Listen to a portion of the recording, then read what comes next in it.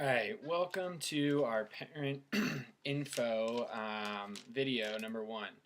What we're going to be talking about today is something that we've gotten a lot of new parents that show up at a meet and they see kids riding on each other's arms and with a Sharpie, and it gets extremely, you know, intimidating for the first meet. So what we're going to talk about is kind of what happens at a meet, especially a first meet, and then we're going to talk about why people ride on each other's arms, why we do all that.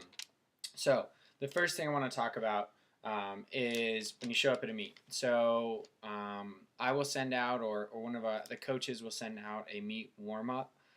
If it's specific, it'll say Rapids RPDS, and it'll give times for the warm-ups. If not, it's open, and it'll be in the meet information.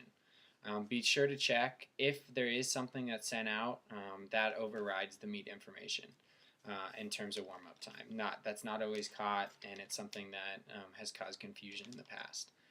So you show up at a meet.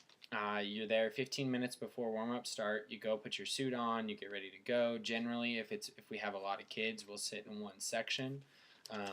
At Cheyenne Mountain, that seems to be down the stairs in the back by the basketball court. So go down there, hang out, and get ready to go. About 5 minutes before warm-up, head behind the blocks, whatever lane our warm-up assignments say, and get ready to go. A coach will be there, so if you have any questions, just come by to see the coach. After warm-ups, we'll do a quick talk, and then we'll send the kids off. And most kids will go back and hang out at the spot that we have cordoned off. Some kids will go with their parents, but generally we ask that the kids stay together. It's a great bonding experience as well. And they can also go as a group and cheer on other kids.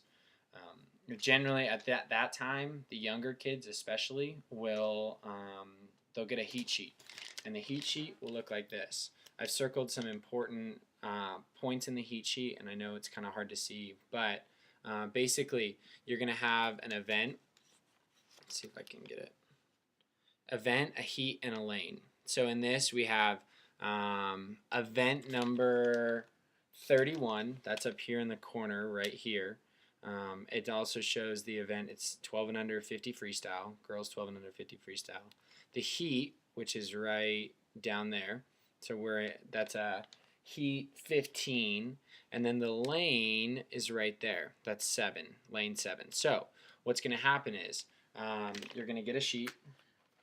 Or you have to pay for this generally, but you can come and ask the coaches if you want to see what it is without paying for it. So the kids are going to now have their Sharpies.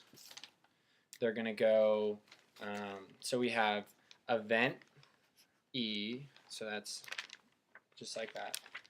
E, heat H, lane L, and stroke. They're going to write that on their arm and make a little grid. So for us, the first one we had event 31, heat 15, lane 7, stroke 50 freestyle. So that's what it'll look like on their arm for their first event. This just allows them to, they'll see the event number up on the board, and when they're sitting behind the block and you're going through, you're thinking about your race, you're not having to think about your heat and your lane or what you're swimming. You can get a quick glance at your arm and see that. Some people put it on their leg.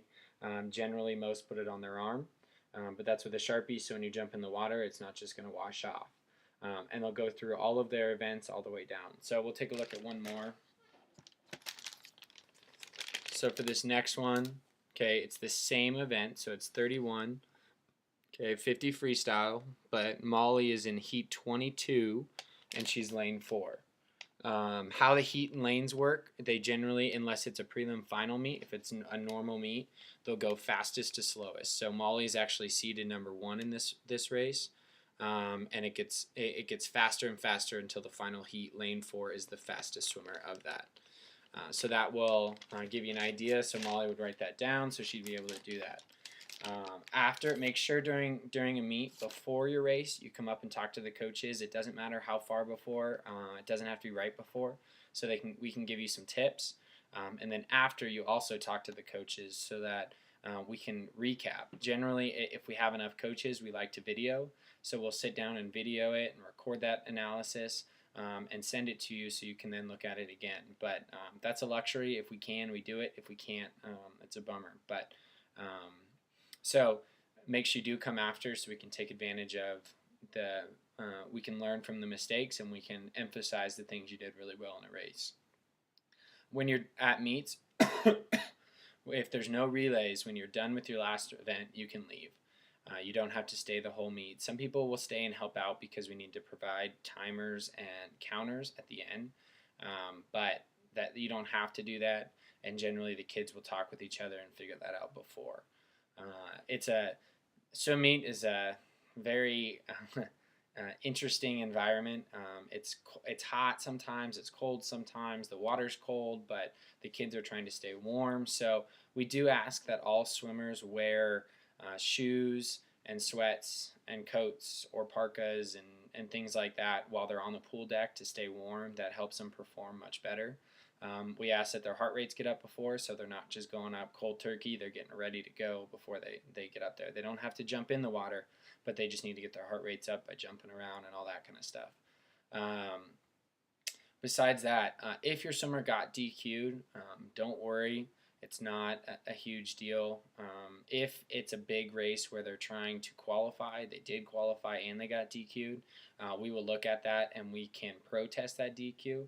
Otherwise, be a parent and just be very supportive, and that was a great race. We learn from that and we'll help the swimmer, help the swimmer fix what they got DQ'd for, hopefully by the next meet. But we like to allow swimmers to swim things. If they're not fully legal at breaststroke, we still like them swimming it.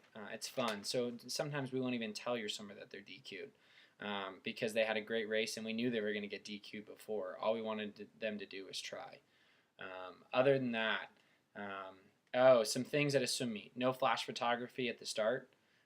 Please be quiet at the start. This just allows everyone to be able to have a good start. We have relays. Sometimes we get relays, sometimes we don't. When we do, that's great. We usually decide the relays, who's on it the morning of, unless you are coming specifically for a relay, and then we will make sure you're on the relay if you're not swimming any other events. We do all kinds of weird stuff with relays, so if your swimmer is supposed to be on a relay and isn't, don't worry about it. We do them for all different reasons. So if you have questions, always please come talk to us. A medley, just for our parents' info, a medley relay goes back, breast, fly, free. So backstroke, breaststroke, butterfly, freestyle. An IM, an individual IM, goes fly, back, breast, free. The reason why the medley goes back first is because you can't do a backstroke dive over someone, so that the relay order gets changed. For ribbons, it's all dependent. Ribbons and medals, it's all dependent on what the meet hosts do, but they sometimes give them out, sometimes they don't. Sometimes they give them out for 10 events or 10 places. Sometimes it's 3 places. So if you have any questions about swim meets or any of this didn't make sense, please give me a call or send me an email or ask me. I'd be glad to answer it. I hope this helps. And this is the #1 parent meeting.